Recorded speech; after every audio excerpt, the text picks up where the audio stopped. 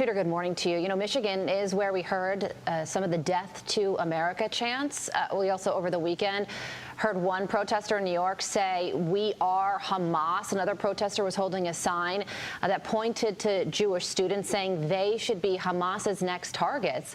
And all this begs the question, how did we get here? Not just on the campus of Columbia or these higher education, Ivy League college campuses, but how did we get here as a country?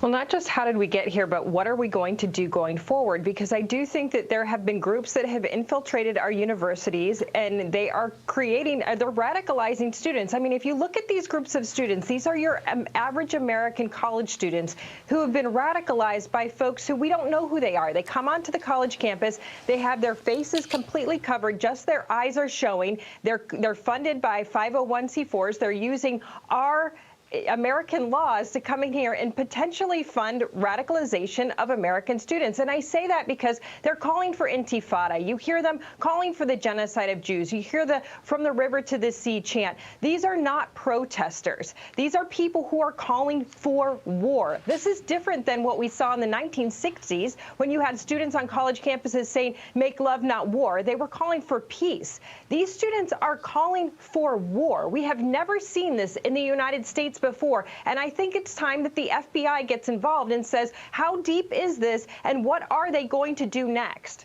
I think it's clear, to your point, protesting is a protected activity under the Constitution. But what we're seeing at Columbia and other schools is definitely crossing the line in many instances into illegality. And I think hedge fund manager Bill Ackman, who you remember spoke out against anti-Semitism at Harvard, he really hit the nail on the head here. Quote, "How would Columbia respond if the students took over campus in support of the KKK and called for the genocide of other ethnic minorities? Would Columbia continue to support the demonstrations on the basis of a commitment to free speech, or would the university's code of conduct suddenly have operative impact?" We're talking about the school's code of conduct. We're also talking about illegality in some instances. How should these university presidents deal with these protests going forward? Because, Tudor, whatever they're doing so far is not working. Well, right, and I think that we obviously know the answer to his question, but now that you see students in danger, I mean, the president of Columbia is saying they're holding classes virtually because it's not safe. Clear these people off of campus, because if it's not safe, it's not a protest. I think that's where we have to acknowledge that if the students are no longer safe on campus, this is not a peaceful protest, and that's what's legal. If you go beyond peace, then you have to be taken away. You have to have police on campus, and these people have to be taken away. Campus needs to be safe for our students. At this point, we don't even know who these people are. We don't know if they are students on the college campus because you cannot see their faces. It is incredibly dangerous. And the fact that these university presidents are waffling on this, what does this say about our universities and the liberalism that has invaded our universities? And now, like I said, this is going into radicalization. This is incredibly dangerous in the United States. Yeah, it certainly is dangerous. And Andrew Bates released a statement on behalf of the White House condemning anti-Semitism.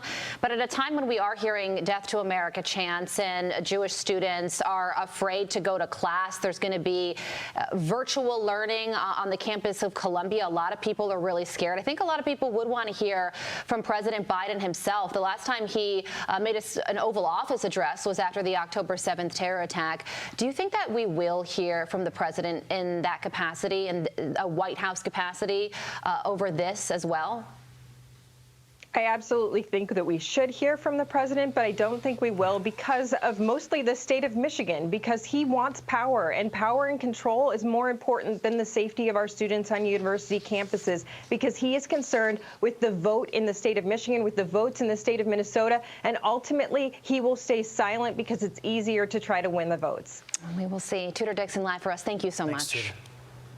Thank you.